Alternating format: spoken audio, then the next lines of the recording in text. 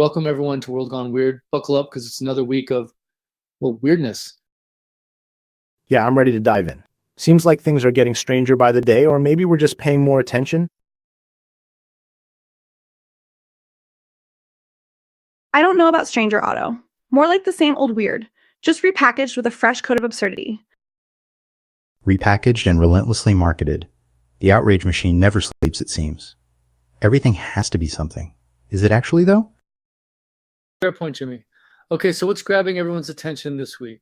I've been trying to make sense of this Trump pardon for the Chrisleys. Feels like there are more questions than answers there. Ah, yes, the Chrisleys. Reality TV royalty getting the get-out-of-jail-free card. It certainly has all the markings of him just trying to build support with their fan base, doesn't it? I wonder if there's more to it than that, though. I mean, maybe Trump genuinely believes they were unfairly targeted. It's hard to say what motivates him. Oh, I'm sure there's a deep philosophical reason, like they were famous, and I like famous people. Next level thinking right there. Well, even if there was unfair targeting, what happened to a case's due process? What happened to the rule of law? Right, exactly. How do you even begin to weigh the optics against the merits of the case? Rule of law is just a suggestion these days, apparently. Depends on who you know, what's in your wallet, and which reality show you star in. Yeah, if you're not a reality star, you're just chopped liver in this legal system. I bet their lawyers are popping champagne bottles. And how many lawyers are involved in these cases? Seems like a massive bill to pardon these people. Well, speaking of legal battles, this NPR lawsuit against Trump, that's got some interesting First Amendment angles. Anyone have thoughts? Smells politically charged to me. NPR cries First Amendment, but is it really about protecting free speech or damaging the administration's reputation? Is this about principle or strategy? I lean towards the former. NPR plays a critical role as an objective and independent news source. It's essential to defend it from retaliatory actions, whatever form those actions take. Objective? NPR? That's a good one, Otto. I think everyone's got their own slant, whether they admit it or not. At least with the Chrisleys, it's obvious they're spinning a narrative. NPR is much better at it. But even if they are objective, is funding them through congressional appropriation a good idea in general? Doesn't that open the door for exactly this sort of thing? That's a very fair point. What's the alternative, though? A subscription-based model might limit access for some people. Bingo. It comes down to who's paying the piper, right? If it's the government, they call the tune. If it's subscribers, they do too. The only real free speech is when you're funding it yourself. Right, because everyone can just afford to start their own news network, Jimmy. Is that the hill we're dying on today? So, switching gears completely, did anyone catch this story about the fingerprint evidence in the Kid Cudi car bombing being destroyed? Yeah, what's up with that? Why was it destroyed? Is it something nefarious or simple bureaucratic incompetence? The plot thickens. Incompetence is always a safe bet, but destroyed is a strong word. Who gave the order? And why now, during the trial? Ooh, now that's a plot twist. Maybe Diddy has a mole in the LFED? This is getting better than reality TV. Maybe they simply reached a deadline and destroyed them after the allotted time frame was up. Bureaucracy is rife with pointless procedures that make no sense. It seems mighty convenient, doesn't it? Right in the middle of this whole circus. Right? And the guy's stylist is saying he was abused by Diddy. That is quite the story for the tabloids. Speaking of stylists, that stylist, Deontay Nash, testified that Diddy would check Cassie Ventura's outfits and then order them around to change their hairstyles and hairpins and whatnot. It shows his character, doesn't it? It does seem like we're getting a fairly clear picture of the dude, and it ain't great. Right? And with Cassie having a kid at the same time, it's like, what's more important? The trial or the baby? Okay, well, before we spin too far into celebrity gossip, let's talk about something that feels a little more substantial, the scaling back of the National Security Council staff. Ah, the deep state purge. Trump always did love a good gutting of the bureaucracy. Is it efficiency? Or is it just getting rid of anyone who might disagree with him? Maybe it's a bit of both. I mean, bureaucracies can get bloated and inefficient. But slashing staff without a clear plan seems reckless. Reckless is Trump's middle name, though he may have changed it to stable geniuses at some point. Anyway, smaller NSC staff equals sign less deep state meddling, right? Less people to disagree, less problems in his mind. But what are the real long-term effects? Less expertise at the table, slower response times. It seems counterproductive for national security. How do you weigh cost savings versus the potential for compromised expertise, less effective policy execution? Yeah, what's the actual cost-benefit analysis look like? It's not just about the dollar amount saved.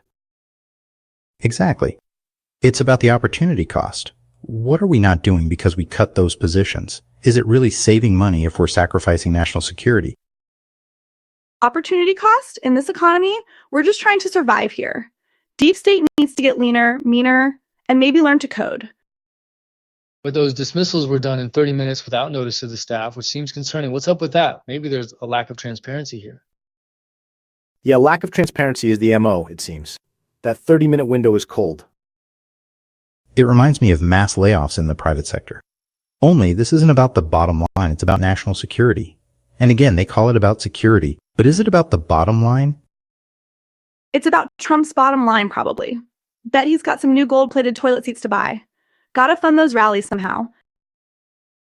And the claim that the NSC was riddled with deep state elements, that's a pretty serious accusation. Where's the evidence? Exactly. It's a convenient label to justify a power grab, but does it hold any water? Or is it just red meat for his base? It's so easy to just throw around those terms like deep state. I would like to see some verifiable evidence. Right? Like, who are these deep state masterminds? Is it like a secret society of librarians trying to overthrow the government with overdue fines? Come on. But ultimately, what metrics can we use to measure the efficacy of U.S. foreign policy after the NSC staff decrease? How do you quantify that sort of impact? Exactly. And how do you ensure accountability when there's such a centralized decision-making process? Accountability? That's a laugh. Nobody's accountable for anything anymore. We're just adrift in a sea of chaos. Maybe that's why these NSC dismissals are occurring, because it isn't a deep state, and the president just isn't getting good advisement. Maybe they just need to hire better interns. Or, consultants. Trump loves consultants. They're way more stable genius eye than those deep state nerds. Okay. I see a theme here. A lot of uncertainty, a lot of questionable decisions, and a lot of skepticism. So there's also the comics joke about the Liverpool crash with Caddies, the comedy club, axing the show. Oh yeah, that was a bonehead move. Terrible joke, no question. But is it cancel worthy? I dunno. Seems like a pretty clear-cut case of cancel culture rearing its ugly head. There is a line between comedic expression and just being cruel and insensitive. Well, that line is apparently wherever the internet outrage mob decides it is this week. One insensitive tweet and goodbye career. Right? Is it a chilling effect on freedom of expression, or is it just accountability for being a terrible human being? It's a really difficult balance to strike. I'm really not sure about the answers. The guy's a comedian. Offensive jokes are kind of their thing. We really want to start policing every comedian's Twitter feed? Seems exhausting. Exhausting and hilarious. Can you imagine being the chief offense officer for Twitter? Endless content. But yeah, maybe a little forgiveness for a bad joke. Let's switch gears and talk about that Scott Pelley commencement address that got Trump fans all riled up. Another politically charged statement disguised as objective journalism. It's tiresome. Who benefits from the implication of attack rhetoric? Pelley simply pointing out the erosion of certain principles, such as free speech and diversity. It seems valid to me. Oh, so now we care about free speech. I thought we were canceling comedians left and right. It depends, right? Which narrative do we want to push? Is it actually objective to use broad language about attacks on free speech? I think people should be more specific with their arguments. I think he's trying to address the broader trends, not pointing fingers at specific incidents. It's a commencement address. You're setting the tone for future graduates. Setting the tone or furthering a political agenda? Let's be real, folks. Everything's political these days. Yeah, even graduation speeches. Remember when all you had to worry about was student debt and finding a job? Simpler times. what really is his objective versus the action that is happening? Should graduation speakers be neutral, or are they allowed to express opinions?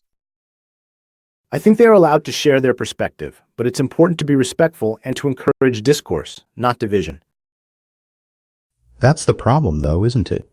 Discourse is dead. We're just shouting at each other across ideological divides. Nobody's listening. Nope.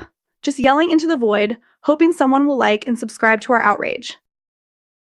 There's also the comments from Japan's agriculture minister regarding not having to buy rice. It's interesting to see someone resign over a fairly innocuous comment. Yeah. It's indicative of a wider problem, that these public servants aren't in touch with the people they're serving. They are just in their own world and don't understand citizens' challenges. These politicians are always tone deaf. Always and forever. Right? And he resigned from his position. Why even bother? Does he think anyone cares that he's leaving? But is there a deeper cultural context to the comment? Did he say it to undermine rice prices? What's the motivation? I would be curious to hear from people in Japan about the cultural implications. Yeah, it seems like we're missing some information here. Oh, right, because we can't possibly understand Japanese agriculture without a PhD in rice studies. How about the fabricated rape kit in the P. Diddy trial? That feels like an interesting development. Unbelievable, it just shows the depths that people will stoop to in order to win. What measures do we have in place to try and prevent this type of abuse? That's deepfake-ary. I can't believe someone would stoop to that level. Shows there is no accountability for the legal system, or rather shows the lack of consequences for breaking the law. Right? What are the lawyers doing to get to the bottom of it? I'd like to see the documentary about it when this is all over. But how can we make sure this can't happen? What's the appropriate recourse? I think the whole legal system has to be torn down and rebuilt to remove these perverse incentives, but it's a big task, and I don't see that happening in our lifetime. Well, if nothing else, people are going to realize that fabricated evidence is common, even if you're famous. Well, if Diddy is found guilty of this, his punishment will be insane. His lawyers have a long road ahead to make this work, and they need to prove without a doubt that someone faked the evidence. Lastly, let's talk about the UN estimate of 14,000 babies dying in Gaza in 48 hours. What do we think about that number? It's a number, and I'm guessing that the UN probably does not have the staff and resources to determine if it's accurate. But even if it's 1,000 babies, we should care. How do we make aid delivery more effective without having political fallout? Yeah, those numbers could be totally made up. Maybe it's accurate, I don't know, but I take it with a grain of salt. UN is not very reliable. I'd like to see the breakdown on the study that created the numbers. How would we know it would be 14,000, and what's the margin of error? I would assume it's really high. So what do we do in the face of it all? I think we need to build bridges and support peace in the face of division. It's simple, but not easy. We have to figure out how to make international aid more effective. Well, that all sounds nice and good, but the root of these problems are power struggles and greed, which is the nature of all human beings. So what can we do? Oh, someone, we can get through this by laughing at the absurdity and learning to make light of the insane. Laugh to not cry, right? Thanks everyone for tuning in. Join us next week for a new episode of World Gone Weird.